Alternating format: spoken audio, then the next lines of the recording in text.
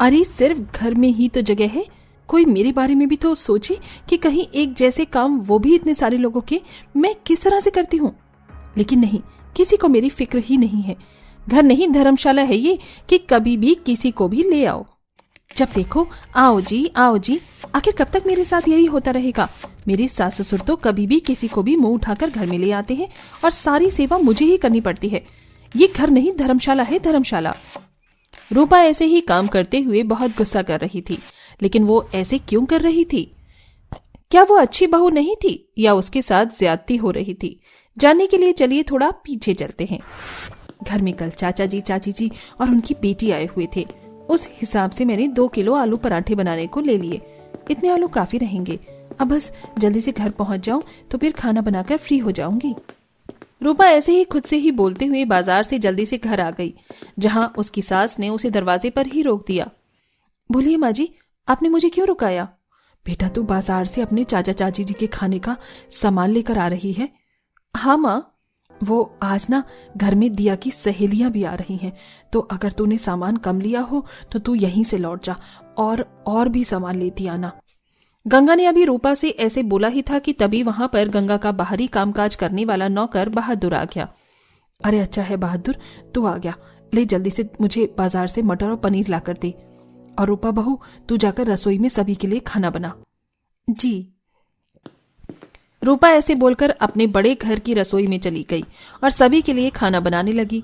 रूपा गंगा की इकलौती बहू थी। गंगा के घर में वैसे तो ज्यादा सदस्य नहीं थे, लेकिन उसके घर मेहमानों की आर जार लगी रहती थी। उसका घर तो इस लिहाज का था कि सभी मेहमान आराम से उस घर में रह लेते थे, लेकिन काम सभी बेचारी रूपा के ही कंधों पर आता था।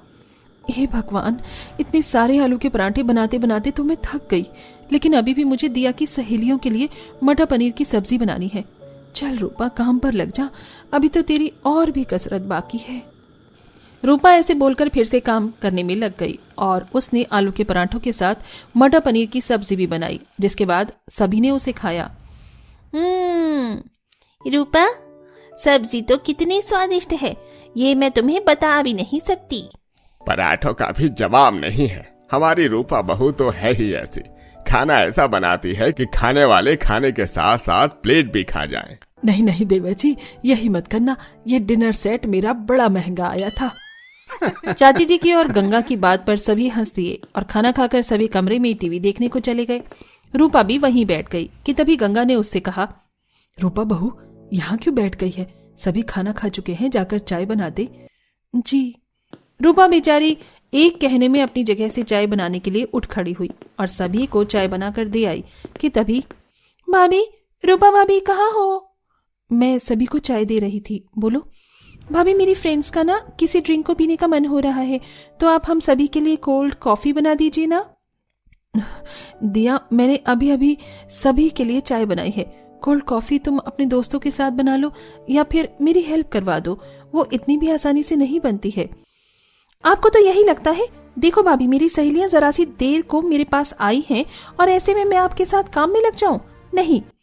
दिया खुद जरा सा भी काम में हाथ तक बटाने का नहीं मानी, जिसकी वजह से रूपा को ही उन सभी को कोल्ड कॉफी भी बनाकर देनी पड़ी।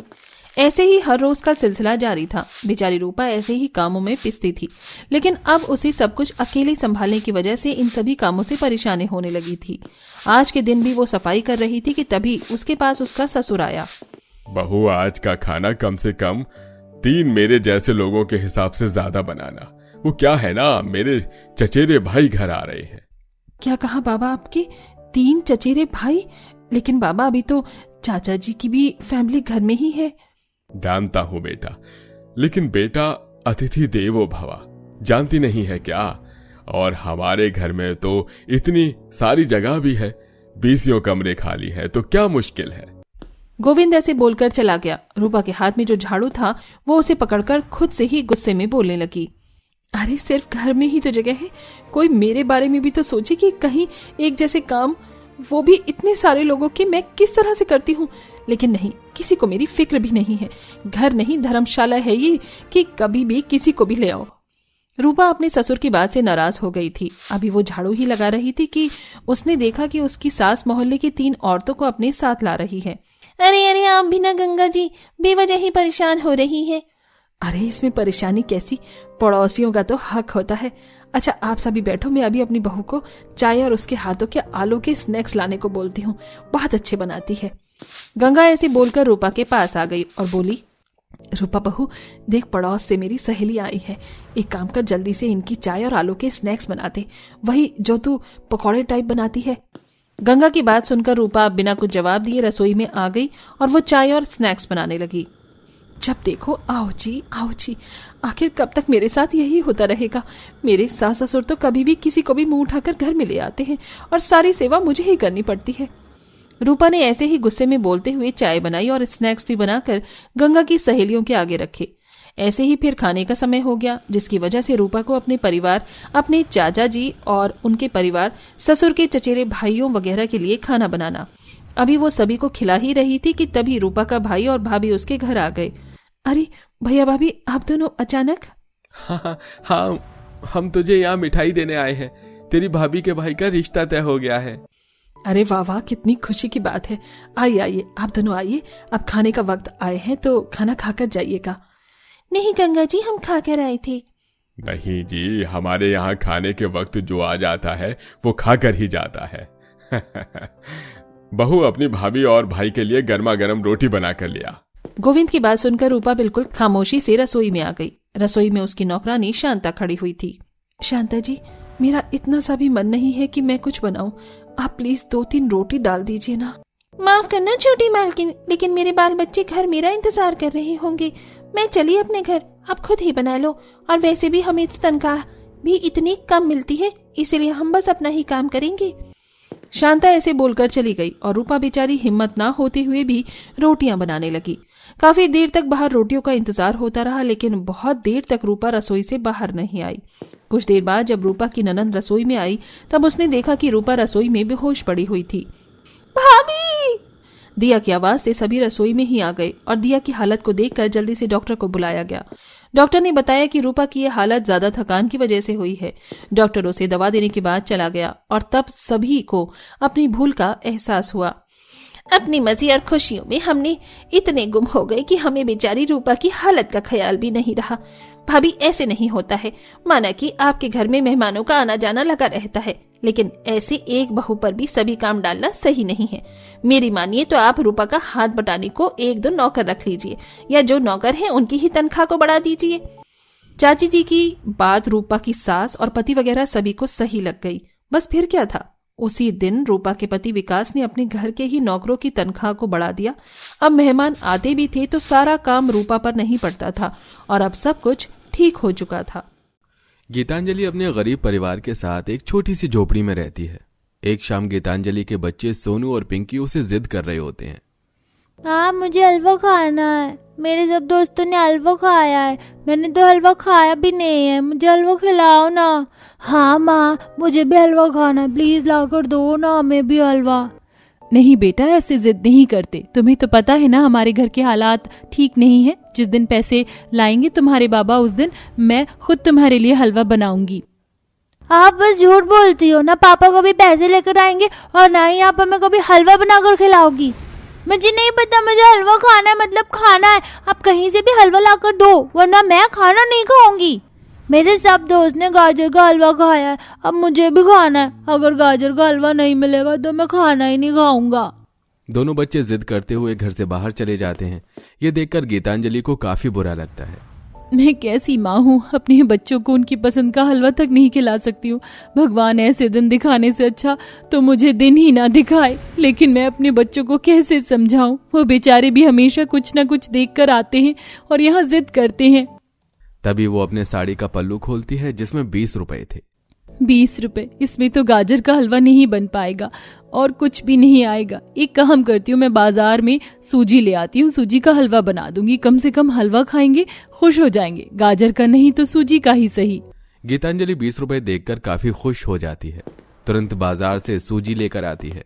मेरे बच्चे खुश हो जाएंगे, उन्हें गाजर का हलवा चाहिए था, कम से कम सूजी का हलवा तो मिल ही जाएगा। अब गीतांजलि सूजी का हलवा बनाती है और अपने दोनों बच्चों को आवाज लगाकर बुलाती है। ये देखो, मैंने हलवा बनाया है। माँ आपने हमारे लिए गाजर का हलवा बना दिया, बहुत अच्छी हो सच में। हमने आपके साथ कितनी बदतमीजी से बात करी और फिर भी आपने हमारे लिए टेस्टी गाजर का हलवा बनाया।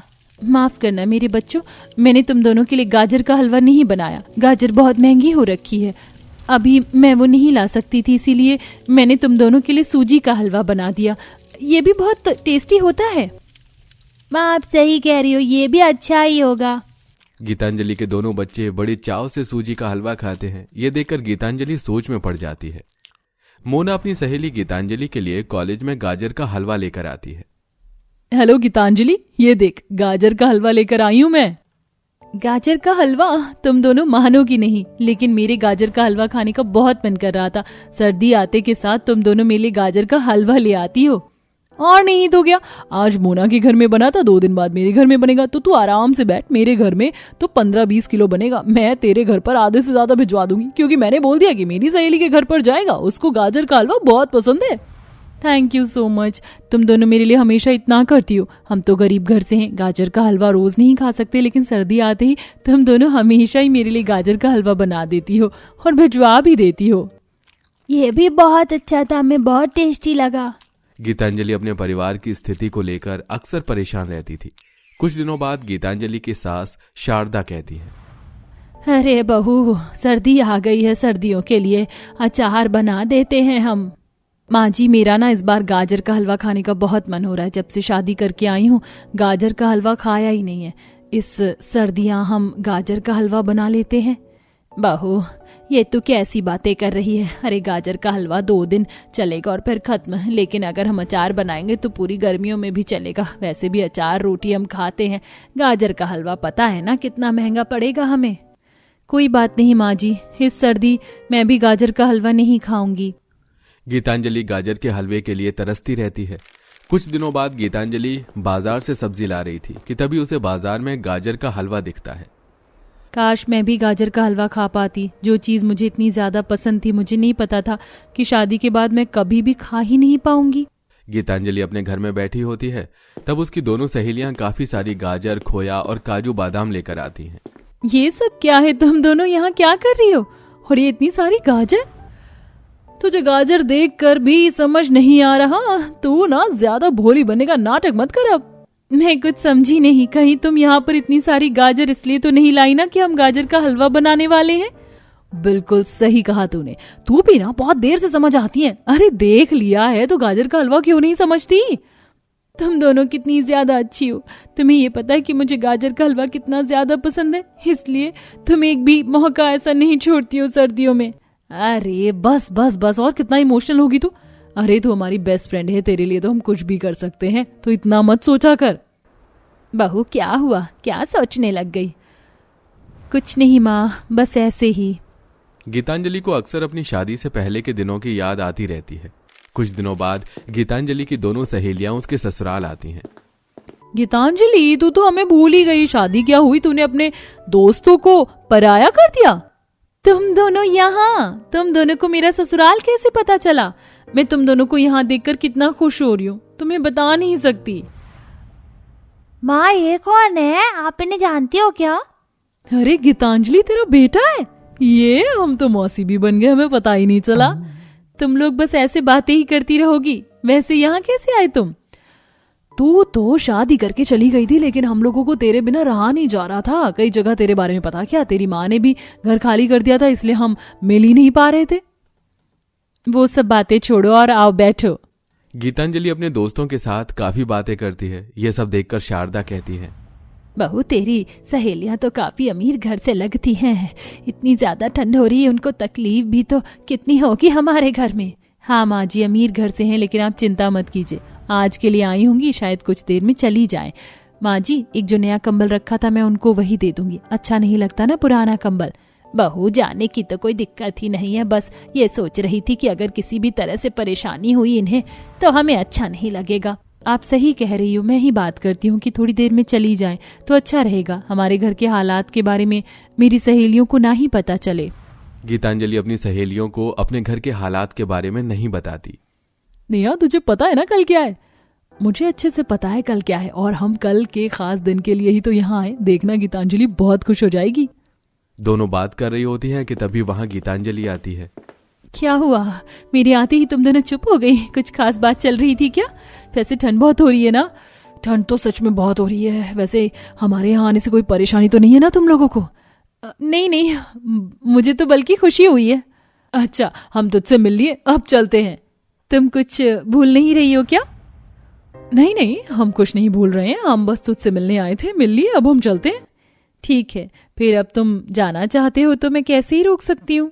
दोनों वहां से चली जाती हैं। चलो अब हम जल्दी से जाकर गाजर के हलवे का केक बनाते हैं। हाँ, पहले गाजर को हलवा बनाते हैं, उसके बाद में उसको केक की तरह डेकोरेट कर देंगे। रात के समय सब लोग सोने लगते हैं कि तभी 12 बजते हैं। गीतांजलि का दरवाजा खटखटाने की आवाज आती है। इतनी रात को कौन हो सकता है? पता नहीं माँ जी, मैं देखती हूँ। गीतांजलि जैसे ही दरवाजा खोलती है तो वहां उसकी दोनों सहेलियां थीं। जन्मदिन की बहुत बहुत शुभकामनाएं, और ये तेरे लिए खास गाजर के हलवे का केक बनाकर लाई हैं। तुझे गाजर का हलवा पसंद था ना? गाजर का हलवा? माँ, इस सर्दी में हम भी गाजर का हलवा खाएंगे। हाँ बिल्कुल खाओगे, क्योंकि आज तुम्हारी माँ का जन्मदिन है। तुम दोनों को मेरा जन्मदिन याद था और मेरे जन्मदिन पर तुमने गाजर का हलवा मुझे तोहफे में दिया। सच में मैं बहुत ज्यादा खुश हूँ। मुझे नहीं पता कि मुझे इतना अच्छा तोहफा मिलेगा अपने जन्मदिन के दिन। हम इतने समय से तुझसे मिलना चाहते थे और इत्तेफाक की बात है कि हमें 1 हफ्ते पहले ही तेरे घर का पता मिला था, तो हमने सोचा इस जन्मदिन को तुझे पहले की तरह ही खुश कर दें। सब लोग एक साथ मिलकर ठंड में गाजर का हलवा खाते हैं। माँ, गाजर का हलवा बहुत अच्छा है, और मिलेगा? हाँ बिल्कुल मिलेगा, जितना मन करे उतना खाओ। इसी के साथ अंत में सर्दियों में पूरा परिवार गाजर का हलवा खाता है और खुश हो जाता है।